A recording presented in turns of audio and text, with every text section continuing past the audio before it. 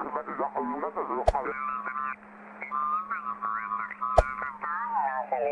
antena. Claro, claro, por eso, bueno, claro. No, ya la argolla ya... Une chose importante à vous montrer. Voilà.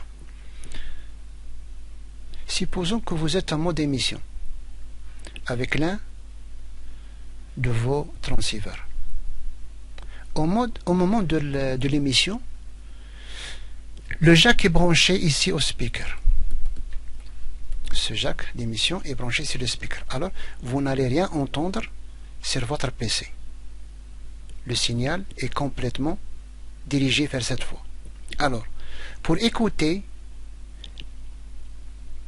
en même temps ce que vous envoyez, on va utiliser un jack double qui a deux ports femelles et un port mâle qui sera branché, au lieu de celui-là, il sera branché ici.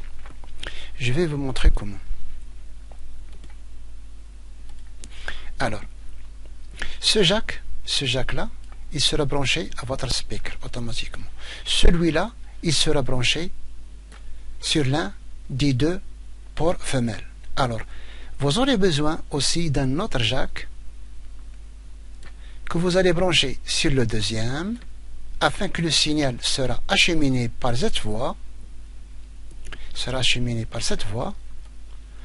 vers, par exemple, un amplificateur audio avec un haut-parleur pour que vous entendiez ce que vous êtes en train de transmettre. Ou bien si vous avez des haut-parleurs de votre PC, vous pouvez le brancher à l'entrée. Ou bien vous avez votre Hi-Fi, ça sera la meilleure et vous écoutez les signaux et écoutez en même temps ce que vous envoyez. Ça, d'une part. Je crois que c'est clair concernant cette explication-là. Alors, voilà le type qu'il faut acheter, celui-là. Voilà.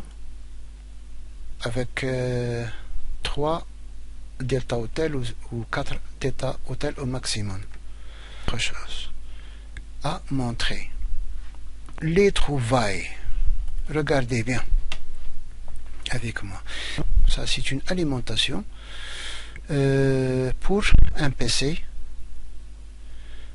Disons, vous allez trouver des résistances, des diodes, des condensateurs chimiques de toute valeur, et vous allez trouver votre optocoupleur là-dedans. Le voilà, avec 4 pins, celui l'entrée et celui sortie. Alors, ces optocoupleurs qu'on a dit auparavant, utilisés entre un étage par exemple qui travaille avec 220 et un étage qui travaille avec des tensions inférieures, par exemple de 12 volts ou bien de 15 volts. Donc, aucune liaison entre les deux étages. Donc, ces optocoupleurs servent à protéger les deux étages d'être liés par eux. Vous pouvez trouver des transformateurs audio sur des châssis des anciens téléphones à clavier. Voilà leur forme. Au moins vous allez trouver un, ça c'est sûr. Voilà, vous pouvez trouver aussi des diodes ici, des résistances de toute valeur que vous pouvez utiliser, et des condensateurs chimiques, céramiques, etc. Voici des microphones à utiliser pour l'émission. On peut trouver sur des modems ADSL, des anciens, comme celui-là, des composants électroniques de toutes sortes. Voilà. Des transformateurs de audio. Ici, vous pouvez trouver deux en même temps qui sont incorporés. Vous pouvez trouver aussi des optocoupleurs comme celui-là, et d'autres composants. Voilà. Vue plus claire.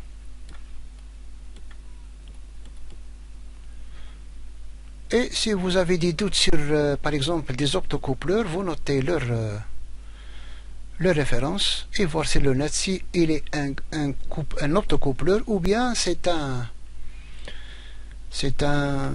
circuit. C'est un circuit intégré. Voici, vous pouvez trouver aussi des LED très magnifiques à utiliser. Là. D'autres châssis. Vous pouvez trouver aussi des transformateurs, des optocoupleurs. Pardon, ça ce n'est pas un optocoupleur, mais c'est un redresseur courant. Comme vous le voyez, il faut approcher le... Je me suis habitué à l'identifier. Voilà, c'est le plus, c'est le moins, et le courant alternatif de ce côté-là. C'est facile à faire. Vous pouvez trouver aussi des interrupteurs de position. Et voilà. Voici d'autres photocoupleurs, ou bien optocoupleurs, le voilà, qui n'a que 4 broches. J'ai utilisé ces 4 autrefois. Voici un autre. Et même vous pouvez trouver des valeurs qui n'existent pas sur le marché.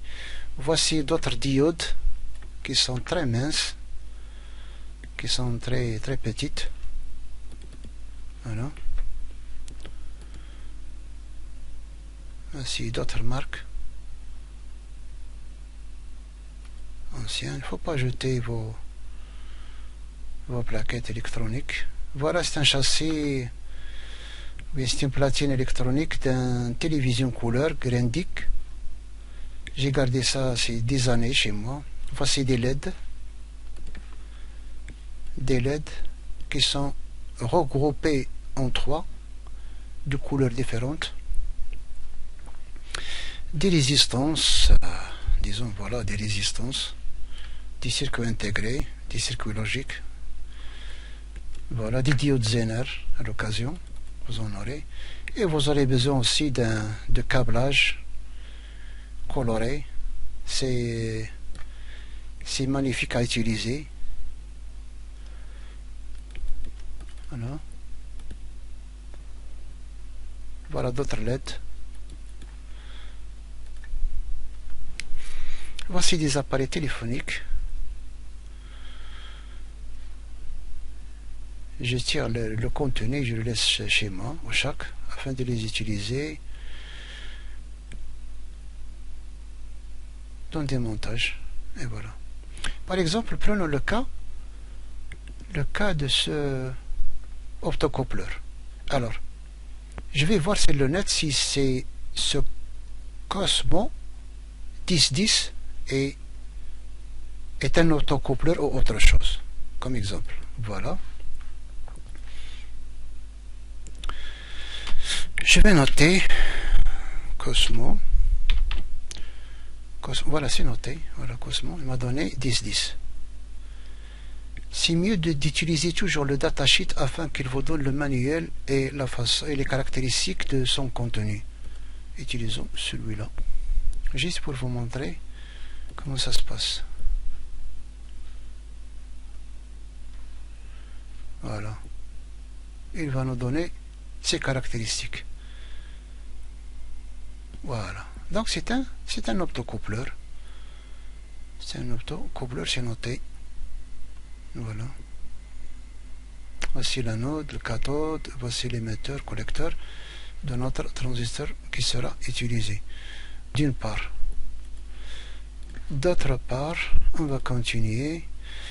Concernant les fiches, vous pouvez les trouver, les mini-DIN avec ces broches, vous pouvez les trouver sur les anciens claviers. Vous pouvez même utiliser des petites LED qui se trouvent là. Voilà notre câble. On peut les trouver sur des manettes de jeu des enfants. Voilà. On peut aussi les trouver sur des anciens claviers comme celui-là avec 5 pins. Voilà. Même sur les mics, on peut le trouver de cette façon-là. Les mics DCB, il faut les garder. vous en aurez besoin. Et même, on peut les trouver aussi sur les alimentations des anciens PC portables. Voilà, sous cette forme-là. Et sur des mics, des anciens micros, on peut trouver des transformateurs de audio de cette façon-là. Voilà, les voilà, transformateurs audio de sortie. Les téléphones comme celui-là, celui-là, celui-là, et c'est ces marques-là.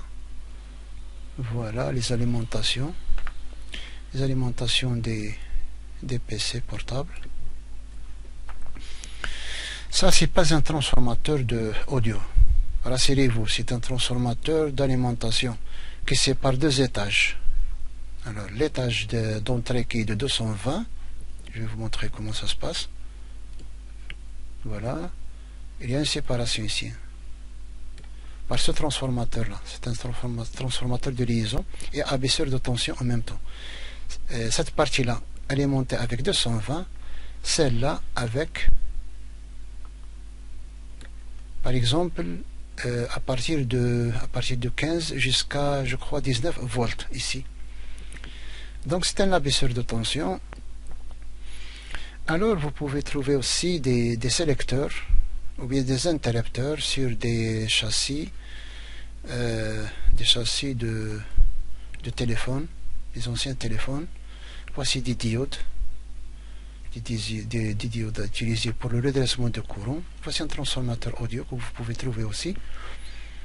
Alors je crois que c'est fini. Juste vous montrer où trouver les composants. Alors, autre chose à vous montrer. Je vais vous montrer ces ports data là concernant les types de diazo FT et ces ports là concernant les types ICOM. Je vais vous les montrer sur la face arrière de leur poste. D'accord. Je vais prendre quelques photos pour vous montrer. Voilà. Par exemple, concernant le FT 897, le port data, vous allez le trouver de cette façon-là. Voilà. Voilà, c'est le port, c'est écrit data, c'est-à-dire entrée-sortie des données. Pas celui-là, mais celui-là. Vous voyez la différence entre eux. Il y a ici 6 pins, là, c'est plus que 6 pins. Donc, pour... m'excuse. Pour l'ICOM, 728, le port, le voilà. Je essaie de l'approcher pour vous montrer le port. Le voilà. C'est le port data. C'est noté ici. Hein. On a besoin de brancher notre carte interface à ce point-là. Attends. À ce point-là. Voici la notation. C'est au port ACC1. On n'a pas besoin de celui-là. C'est le port ACC2.